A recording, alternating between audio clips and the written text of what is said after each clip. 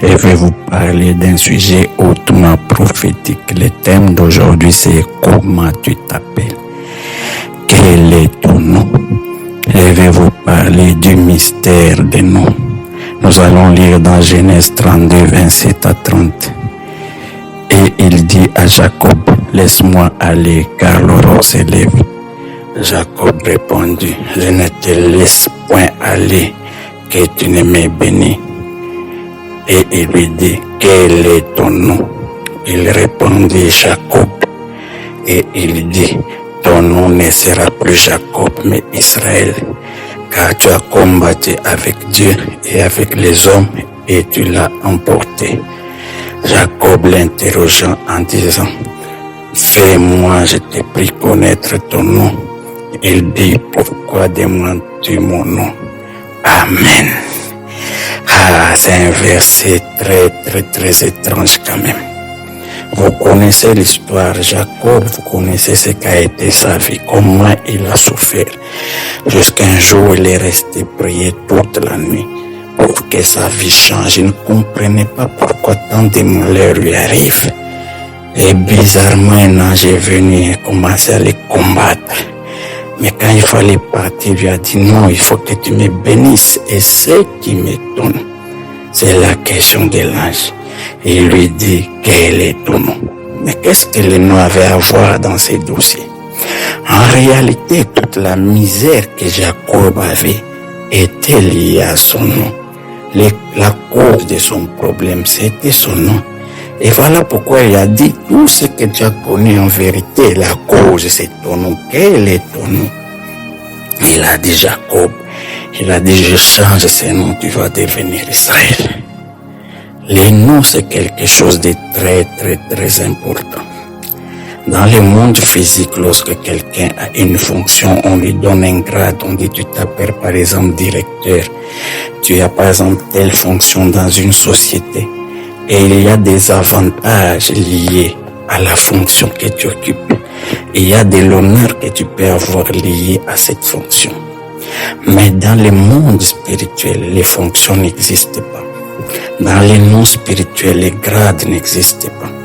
Les fonctions et les grades, ce sont des noms. Voilà pourquoi il faut faire attention. On ne dira pas dans le monde spirituel que tu es directeur. Non, on va te donner un nom qui traduit cette position élevée. Les noms, c'est quelque chose de très dangereux. Et chez nous en Afrique, nous avons beaucoup de noms. Est-ce qu'on sait même ces noms d'où ils sont venus? Vous savez que nos ancêtres étaient animés s'ils avaient des cultes aux démons. Et c'est dans ces choses que la plupart des noms que nous avons sont venus. Nous portons des noms qui viennent des démons. Comment veux-tu que ta vie change? L'ange lui a dit, quel est ton nom? La cause, les problèmes qu'il avait, c'était les noms.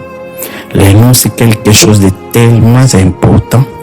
Lorsque l'ange est venu vers Marie, il ne lui a pas laissé la possibilité de choisir les noms qu'il allait donner à son enfant. Non. Il est venu dire l'enfant sera appelé Jésus. Donc c'était les noms. Les noms dans le monde spirituel, c'est un paquet auquel on est connecté. Toutes les bénédictions sont connectées à ces noms-là. Tout ce que tu vas avoir dans la vie, c'est connecté à ces noms. Pareil aussi, l'ange n'a pas laissé la liberté à Zacharie de choisir un nom de qui que ce soit. Il a dit, l'enfant que ta femme aura va s'appeler Jean-Baptiste. Les noms, c'est très important. Je te demande comment tu t'appelles. La cause de tes problèmes, c'est les noms que tu as. Les noms que tu as traduits, quoi, c'est les noms de qui?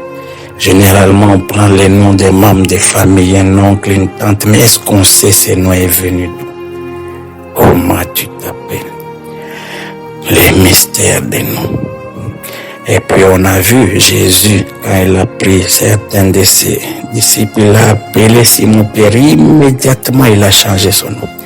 Il n'a pas allé demander l'autorisation à son père ou à sa mère, ni même à l'État pour changer. Il a dit, toi, à partir d'aujourd'hui, tu seras appelé Pierre. Parce qu'il a vu que ce nom de Simon, ce n'était pas un bon nom, c'est un nom qui allait apporter trop de problèmes. Il a changé immédiatement. Les noms, ce sont des choses avec lesquelles il ne faut pas jouer. Les noms, ce sont des choses, c'est comme des mots de passer un code spirituel. Tout peut dépendre du nom que tu as. Il suffit qu'on te donne un nom qui soit le nom d'un démon, d'un sorcier, tu es perdu. J'aimerais vous dire certaines révélations sur les noms. Je vais vous dire quelques révélations très importantes, des révélations très choquantes qui vont vous permettre de comprendre. La première des choses, lorsqu'on regarde chez les Juifs, ils n'avaient qu'un seul nom. Ils ne se donnaient pas 2, 3 noms, non, jamais un seul nom. Abraham, Isaac, Jacob, Moïse, c'est tout. Pareil aussi au ciel, quand tu vois les anges, ils n'ont pas plusieurs noms. Ils s'appellent Gabriel, c'est tout. Il n'y a pas un autre nom. Ils s'appellent Michael, c'est tout.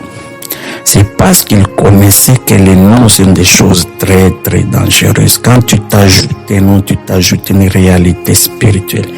Tu t'ajoutes des combats. Voilà pourquoi il faut limiter les noms et donner un seul nom. Et même quand je regarde, quand tu vois les enfants de Jacob, il y a eu des noms qui n'étaient le nom d'aucun des parents. Il n'y a aucun enfant de Jacob qui s'appelait Isaac, le nom de son père. Aucun enfant de Jacob qui s'appelle Abraham ou Sarah ou Rebecca. Non. C'est parce qu'ils savaient que les noms sont dangereux. Nous prenons les noms des parents, des oncles, des tantes pour faire plaisir. Mais il y a une grosse réalité spirituelle qui se cache derrière les noms. Deuxième chose que j'aimerais que tu comprennes, quelqu'un qui a les mêmes noms que toi, c'est-à-dire spirituellement, il peut se représenter à ta place et prendre les choses qui t'appartiennent. C'est ainsi que si par exemple tu as le nom d'un membre de famille qui est occultiste, qui est sorcier, tu as les mêmes noms, celui-ci peut se présenter devant tes bénédictions de les prendre. Parce que les noms, ce sont des codes, ce sont des mots de passe dans le monde spirituel. C'est comme des clés qui te permettent d'accéder à un système. Toi, tu as le nom de qui? Quel est le nom? T'as donné le nom de qui? Quel était l'état spirituel de la personne qui porte ton nom? Cette personne peut, en vertu de cette loi de conformité de nous, se représenter à ta place. C'est ainsi que vous allez voir certains enfants hériter de la sorcellerie rien que par les noms. Vous pouvez voir certaines personnes reproduire la vie exactement de la personne qui porte son nom. C'est parce qu'il y a cette loi de conformité spirituelle, les mêmes noms, les mêmes vies, les mêmes paquets, les mêmes destins peuvent se reproduire à travers les noms. La troisième chose que j'aimerais que tu comprennes en ce qui concerne les mystères des noms, les noms sont très, très, très dangereux. Même nous chrétiens, la Bible dit quand on va aller au ciel, Jésus-Christ va changer nos noms et nous aurons d'autres noms. On ne va pas aller avec les noms que nous avons. Quand nous aurons l'enlèvement, la Bible dit on vous donnera un nom nouveau et vous ne connaissez pas un nom que toi seul tu connais. Et même quand on parle de Jésus, on dit qu'il a un nom que personne ne connaît. Les noms, c'est ça la capacité, c'est ça qui te positionne. Regardez même celui qu'on appelait Saul, lorsqu'il a rencontré Jésus, immédiatement il a changé son nom. Nous sommes appelés à avoir d'autres noms parce que nos noms là sont problématiques. Nos noms là sont problématiques. Plutôt nous les Africains, la plupart de nos noms sont d'origine satanique et nous apportent trop de problèmes. Autre chose que j'aimerais te montrer sur les mystères des noms, les noms, ce sont des choses excessivement dangereuses.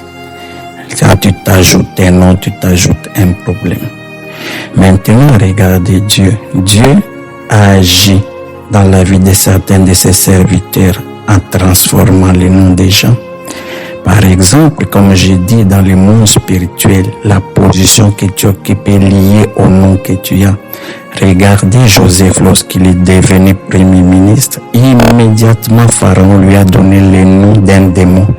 Le nom de son Dieu, en réalité, c'était le nom d'un démon. Et Joseph a accepté ce nom. Pourquoi? Parce qu'il connaissait qu'il ne pouvait pas dominer dans ces systèmes s'il n'avait pas les noms qui est de ces systèmes.